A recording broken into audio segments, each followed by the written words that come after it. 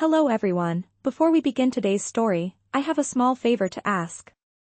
Please hit subscribe and turn on the notification bell so you never miss our channel's new videos.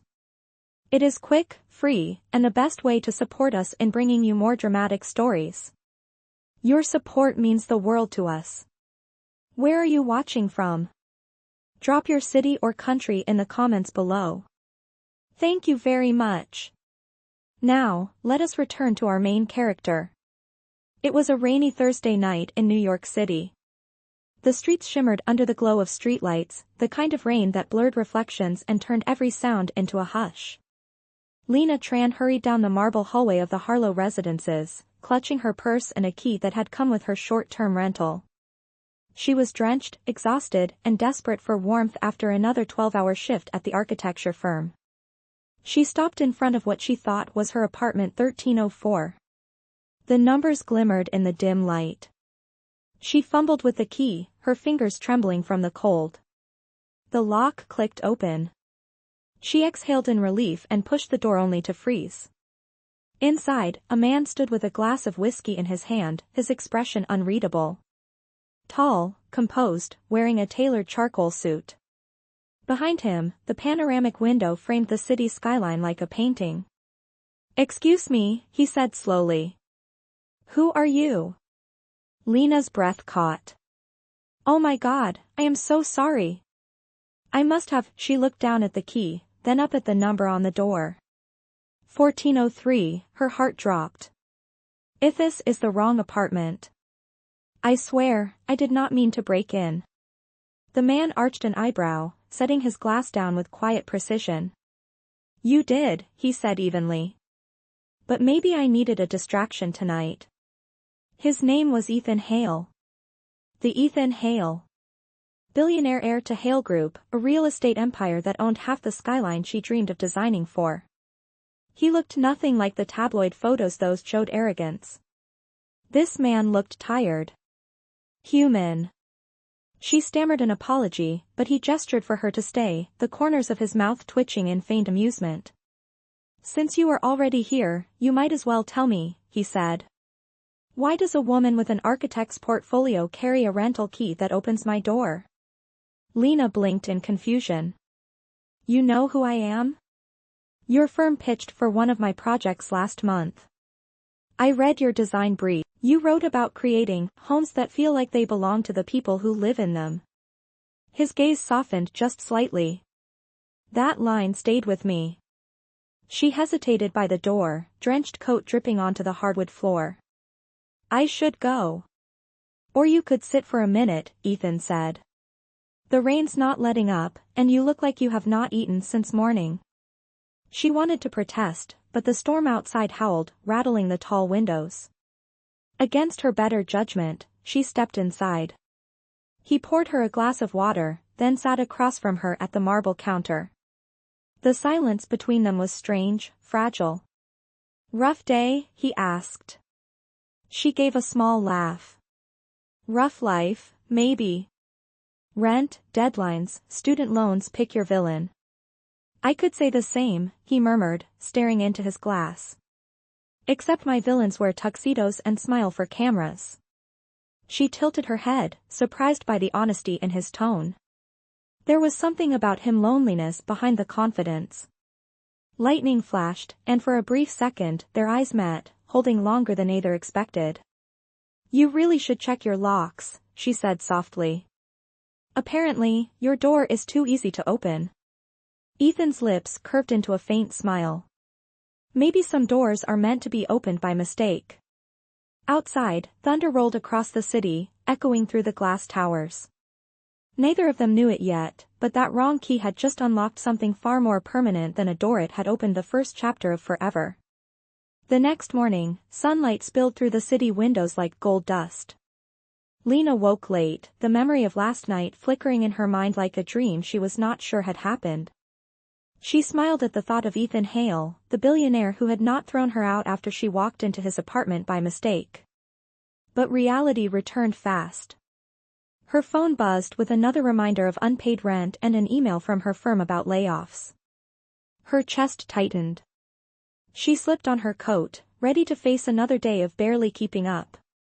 At the same time, Ethan Hale sat in his glass-walled office overlooking downtown Manhattan, his expression calm but his thoughts restless. His assistant entered with a folder. "Sir, the board meeting about the inheritance clause is in 2 hours," she said. He nodded absently. The clause. The very word felt like a noose. According to his late father's will, if Ethan did not marry within 30 days, control of Hale Group would shift to his cousin, a man who saw profit where Ethan still saw people. Ethan had built the company's success but never its warmth. And now, the one thing he had always avoided, marriage, was the one thing standing between him and the empire he had rebuilt.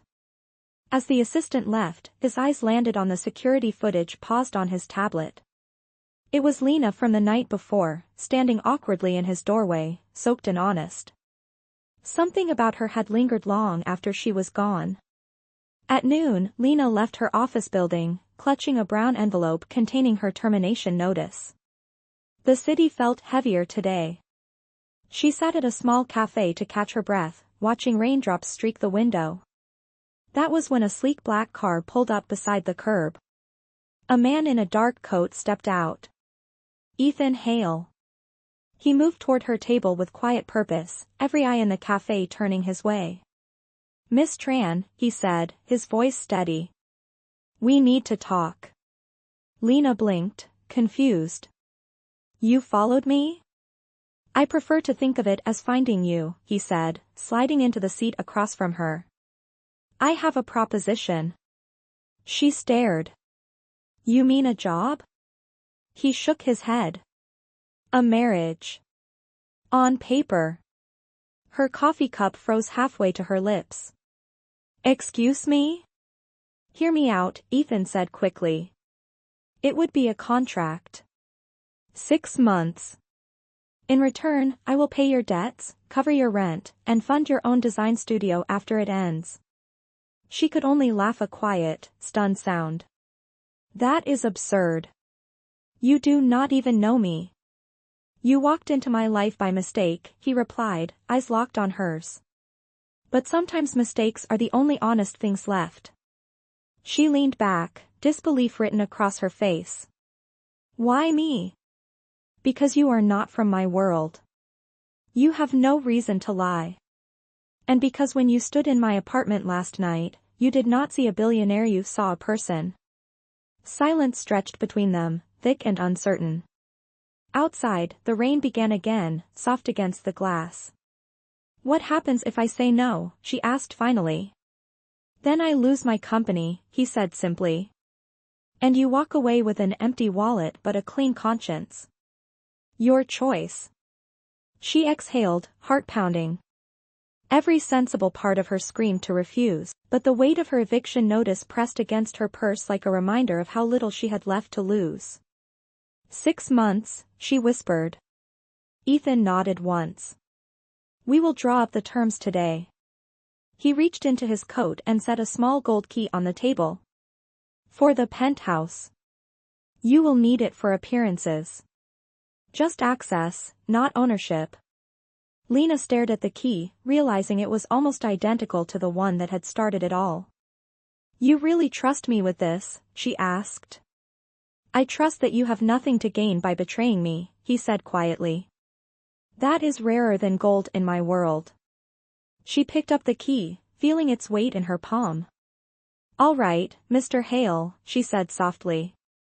"Let us open this wrong door together." He smiled faintly, something human breaking through the business armor. "Then it is settled. From today, we are partners." As he left, Lena watched the rain blur his figure into the crowd, her heart torn between fear and a strange, reluctant hope. She looked at the key once more. The wrong key had opened a door last night, but this one might unlock a future she never imagined. 2 days later, Lena stood in the lobby of Hale Group's headquarters, the contract folder clutched in her hand. She had not slept much since the cafe meeting, her mind circling the same impossible question: what had she just agreed to? The marble floor gleamed beneath her heels, the vast reception filled with the quiet hum of power. The elevator doors opened with a soft chime, and Ethan Hale was already waiting inside. Nervous, he asked as she stepped in. Terrified, she admitted, her voice barely above a whisper. Good, he said. It means you still know the difference between choice and consequence. When the elevator reached the top floor, the view of New York spread out beneath them like a painting. Ethan guided her into his office, where his lawyer, a polished woman in her 50s, sat poised with 2 copies of the contract. This will outline all terms of the temporary marriage, the lawyer began. 6 months, effective immediately. Both parties agree to public appearances together, attendance at 5 company events, and maintaining the image of a legitimate couple. At the end of the contract, all assets return to their respective owners. Neither party will claim financial or emotional damages. Lena tried to keep up, her pulse thudding in her ears. And the rules? Ethan glanced at her. Simple, he said. No falling in love. No interference in each other's work. And total confidentiality. Her lips twitched nervously. That first one might be the easiest. You would be surprised, he murmured. The lawyer pushed the papers forward. Sign here. Lena hesitated for only a moment before she took the pen. The sound of the nib against the paper felt like the quiet click of a lock closing. When she finished, Ethan signed beside her name. Welcome to our arrangement, he said. What now? She asked. Now, he replied, standing, you move into the penthouse. We will need to be seen together. The drive to the building was silent except for the soft jazz from the car speakers. When they arrived, Ethan led her through the private elevator to the penthouse, sleek marble, floor-to-ceiling windows, everything in grayscale. It looked more like a museum than a home. Your room is down the hall, he said, pointing to the right. We will keep things professional. Lena nodded, setting her small suitcase by the door. You live like someone who forgot what comfort is, she said lightly. Ethan's mouth curved in a faint smirk. Comfort makes people slow. I cannot afford slow. The next morning began the transformation. A stylist arrived with racks of designer clothing. A PR consultant drilled her on etiquette, how to smile without seeming staged, how to stand beside Ethan in photos. Lena tried not to laugh at the absurdity of it all. By the end of the week, she had attended her first event, a luncheon for Hale Group investors. Cameras flashed as she stepped out of the car beside Ethan. The whispers began immediately. That is his wife? Who is she? She is not from our circles. Ethan slipped an arm around her waist, leaning close enough for only her to hear. Smile. You are doing fine. She forced a breath and smiled, her heart pounding. During the speeches, Lena caught glimpses of him watching her not as a prop but as a person. When she accidentally knocked over her glass of water, laughter rippled around the table. Her face flushed, but Ethan chuckled and handed her his napkin. It happens, he said easily, diffusing the tension. The investors relaxed. The whispers stopped. Later, as they returned to the penthouse, Lena sank onto the couch, kicking off her heel. I almost ruined your reputation tonight. You saved it, he said. They saw something real. Clumsiness? Honesty, he corrected. That is rarer. For a moment, the silence between them felt different, less transactional, more alive. The city lights shimmered against the glass as Ethan poured 2 glasses of wine. To contracts, he said, raising his glass. To mistakes, she answered. Their glasses met with a soft chime. Neither of them knew that the rules they had written to keep feelings out were already starting to break. And somewhere between the laughter, the rules, and the wrong key that began it all, a door neither of them planned to open was slowly unlocking. Weeks passed, and the arrangement between Ethan and Lena began to take a strange shape, half routine, half illusion. Every morning, she found a new rhythm in his penthouse, the faint hum of the coffee machine, the quiet footsteps of the housekeeper, and the skyline stretching endlessly beyond the glass walls.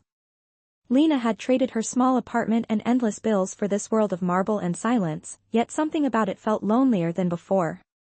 Ethan was polite, distant, always precise. He left early for meetings, returned late, and spent most nights reading by the window with a glass of whiskey in hand. One night, as Lena passed by the study, she noticed him staring at an old photograph, a much younger Ethan standing beside his father in front of a construction site. His expression was unreadable. "You look like someone who carries more than he shows," she said softly from the doorway. Ethan looked up, surprised but not irritated. "And you look like someone who asks too many questions." "Maybe that is how I design things," she replied. "By asking questions until the walls make sense." He almost smiled. "Then you will hate this house. These walls were built to keep things out, not in." The conversation ended there, but something shifted after that night. Ethan began inviting her to company dinners, to charity galas, to stand beside him at events that used to feel like battlegrounds. At first, she fumbled through the expectations, mismatched forks, complicated introductions, but she learned quickly. One evening, before a major foundation gala, Ethan's stylist adjusted his tie while Lena waited by the door in an emerald gown. When he turned and saw her, the air seemed to pause. "You clean up well," he said quietly. She smiled, brushing a strand of hair behind her ear. "You said that last time." "It keeps being true," he replied. At the gala, flashes from cameras lit up the entrance. Ethan offered his arm, and she took it. Inside, the atmosphere buzzed with music, laughter, and champagne. Lena's nerves eased as the night unfolded. When a board member made a snide remark about her background, architecture to arm candy, "That is quite the career shift," Ethan did not hesitate. He looked the man straight in the eye. "Careful," he said coolly. "You are talking to the woman who designed the winning proposal for our Midtown project."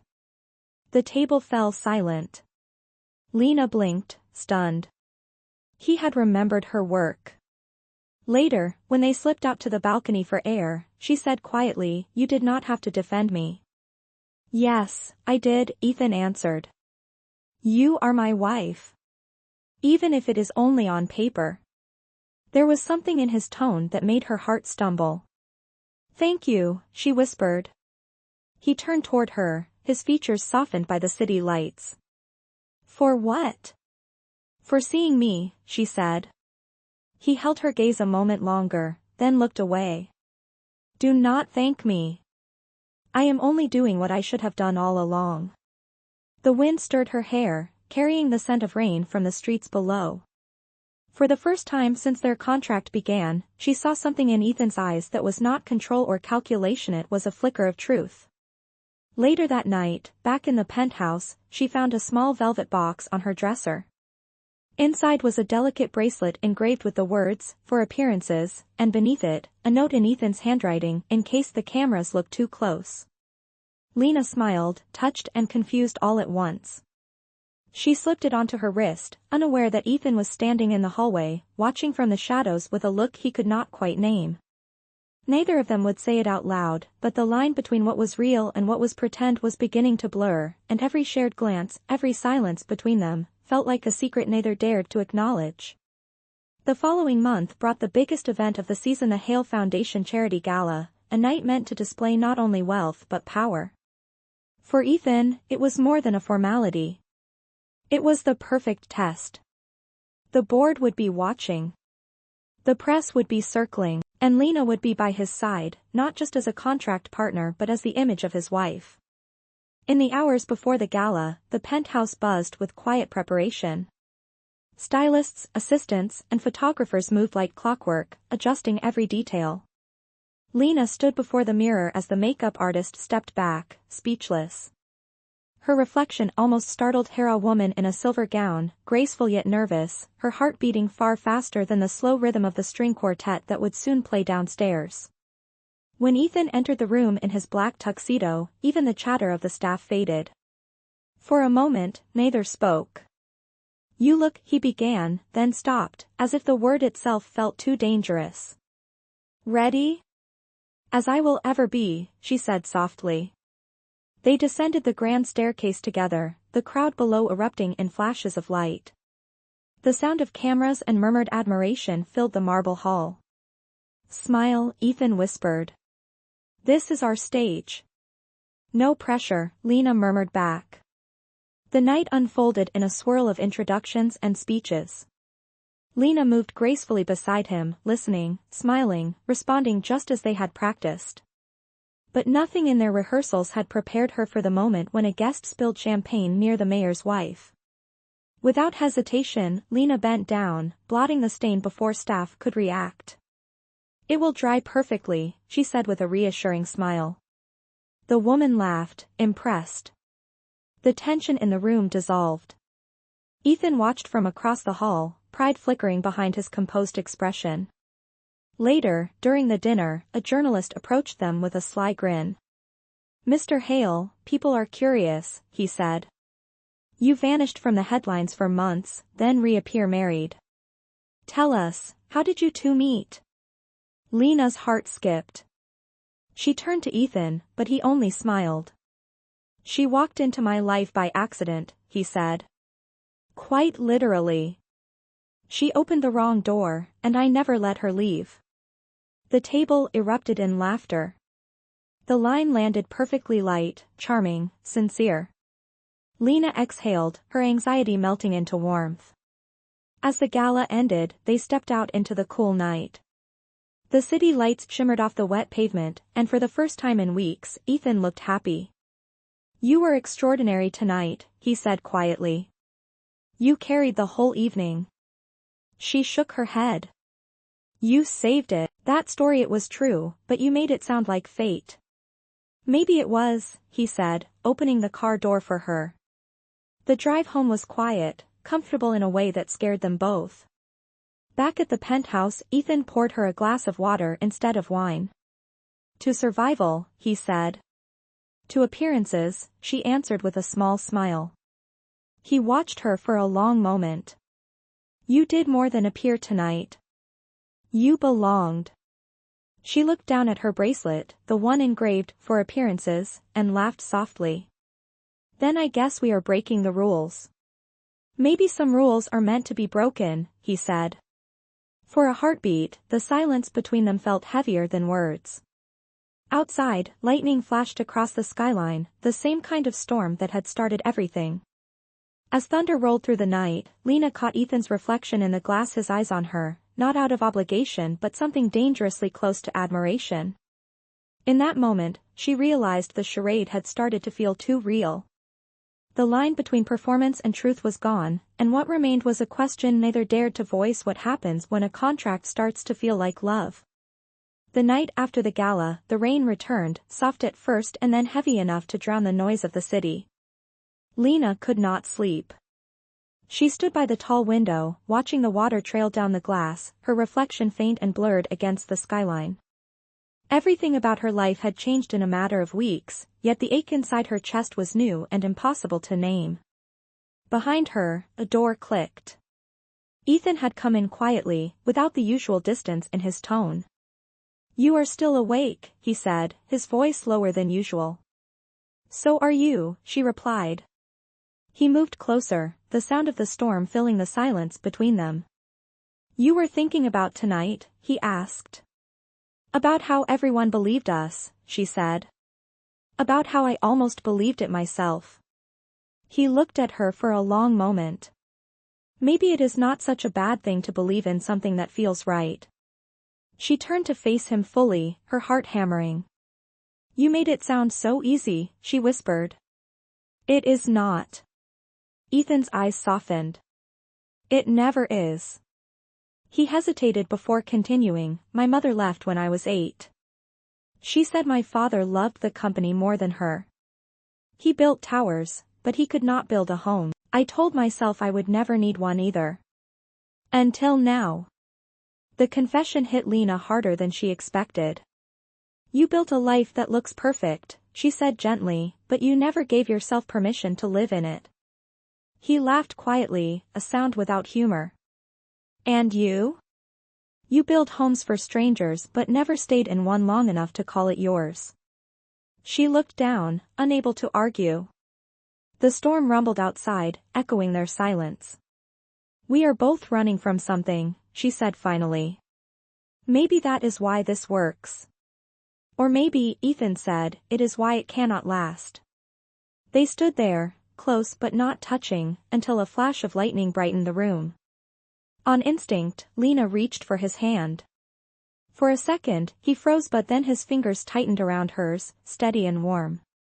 The power flickered, plunging them into dimness. She could hear his breath, slow and uneven. "Ethan," she said softly, "this is not part of the contract." "I know," he whispered. "That is why it feels real." The air between them shifted. No grand declarations, no sudden kiss, just the quiet understanding that something had changed. Later that night, Ethan walked her to her door. "Good night, Lena," he said. "Good night, Ethan," she answered, her voice barely audible. As the door closed, she leaned against it, her pulse racing. On the other side, Ethan stood still for a long time, his hand resting on the cold wood, as if afraid that letting go would undo whatever fragile truth had just been born. The next morning, neither spoke of it.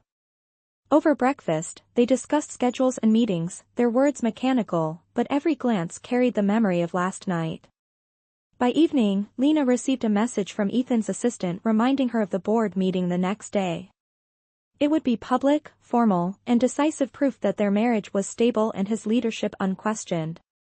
Yet as she looked at herself in the mirror, fastening the bracelet he had given her, she felt the tremor of something she could not control. What started as a business deal was becoming something far more dangerous. The problem was not pretending anymore. The problem was wanting it to be real. The next day began like any other, but by noon, everything had changed. The board meeting was scheduled for 1 o'clock, and the conference room was already filled with executives and reporters. Lena stood beside Ethan, poised but uneasy, as flashes from the cameras flickered through the glass wall. Ethan's voice was calm, commanding, every inch the CEO who ruled the skyline. Yet under the table, she could feel the faint tension in his hand. Then, like a wave breaking, the door burst open. A journalist from the Chronicle strode in, holding a manila envelope. "Mr. Hale," he said loudly, "care to explain this?" The room fell silent as he scattered printed pages across the table, copies of their marriage contract. The headlines on the papers screamed in bold, "Fake marriage scandal rocks Hale Group." Gasps rippled through the crowd. Ethan's jaw tightened. "Where did you get that?" "Anonymous source," the reporter said. "Care to comment on whether your so-called wife was paid to play the part?" All eyes turned to Lena. Her face went pale. "That is not true," she whispered. "Ethan," but before she could finish, one of the board members stood up, his tone cold. "This could destroy the company's credibility. The market will not forgive deception." Ethan stood, his composure cracking for the first time. "Enough. This meeting is over." Security ushered the reporters out, but the damage was done. Lena followed Ethan into his office, her heart pounding.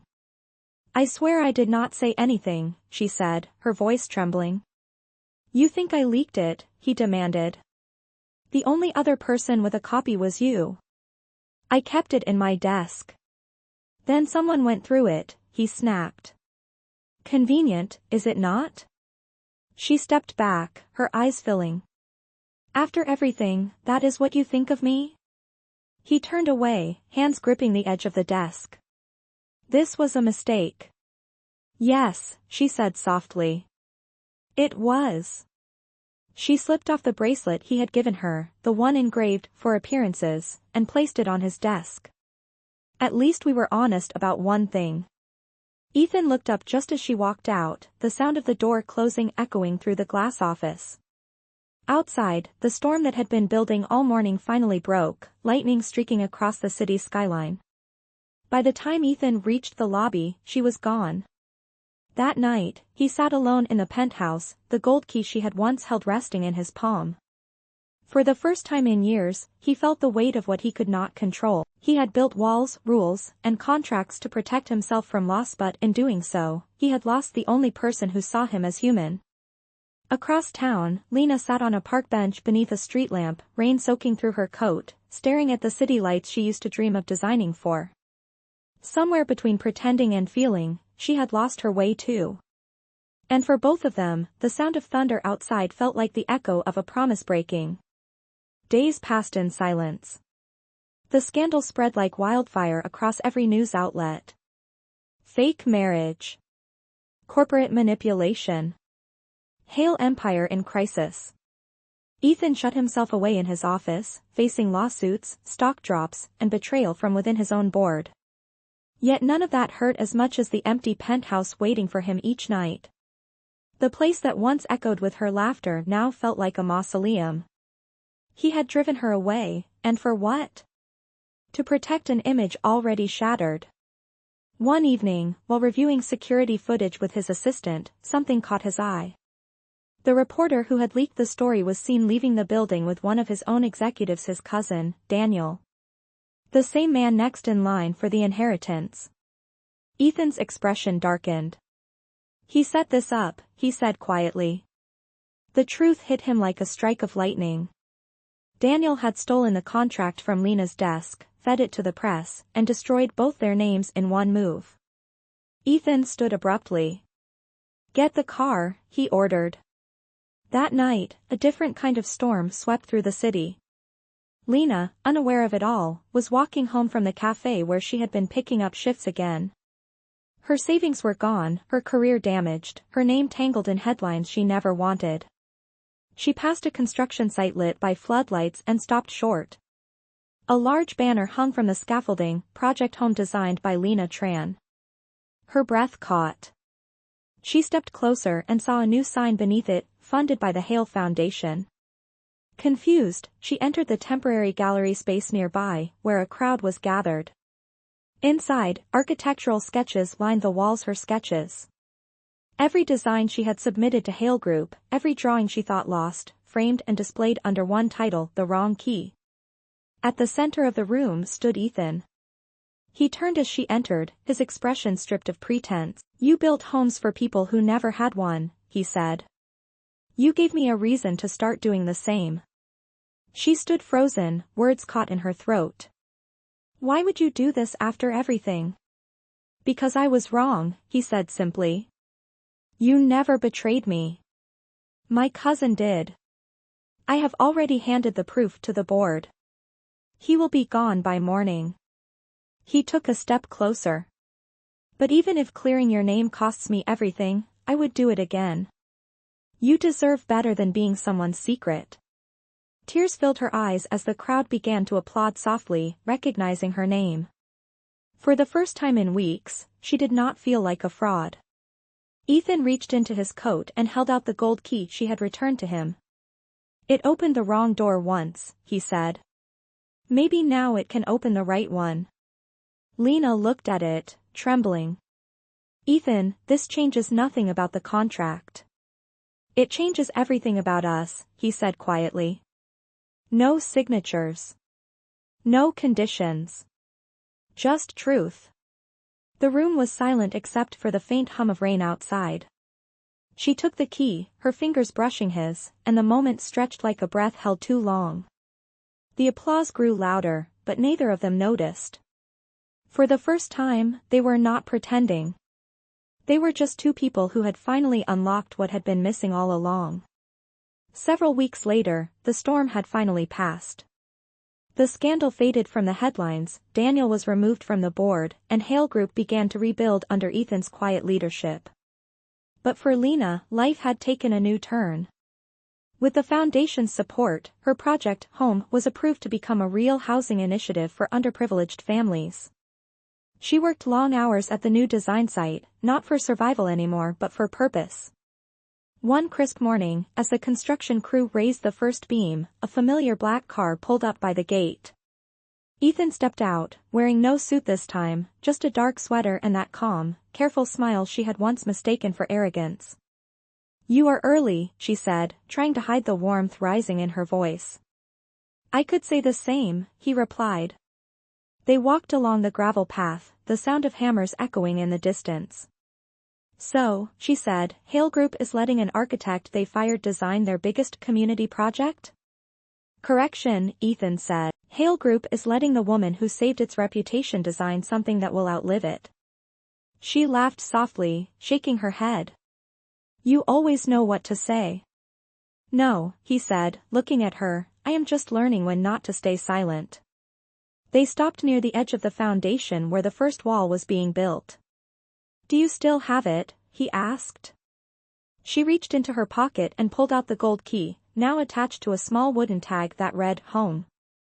I never let it go, she said. Ethan took a deep breath, then dropped to one knee, right there on the dusty ground. The workers nearby paused, tools stilling in midair. This time, he said, no contracts, no conditions. Just one question. Lena's eyes widened, tears already gathering.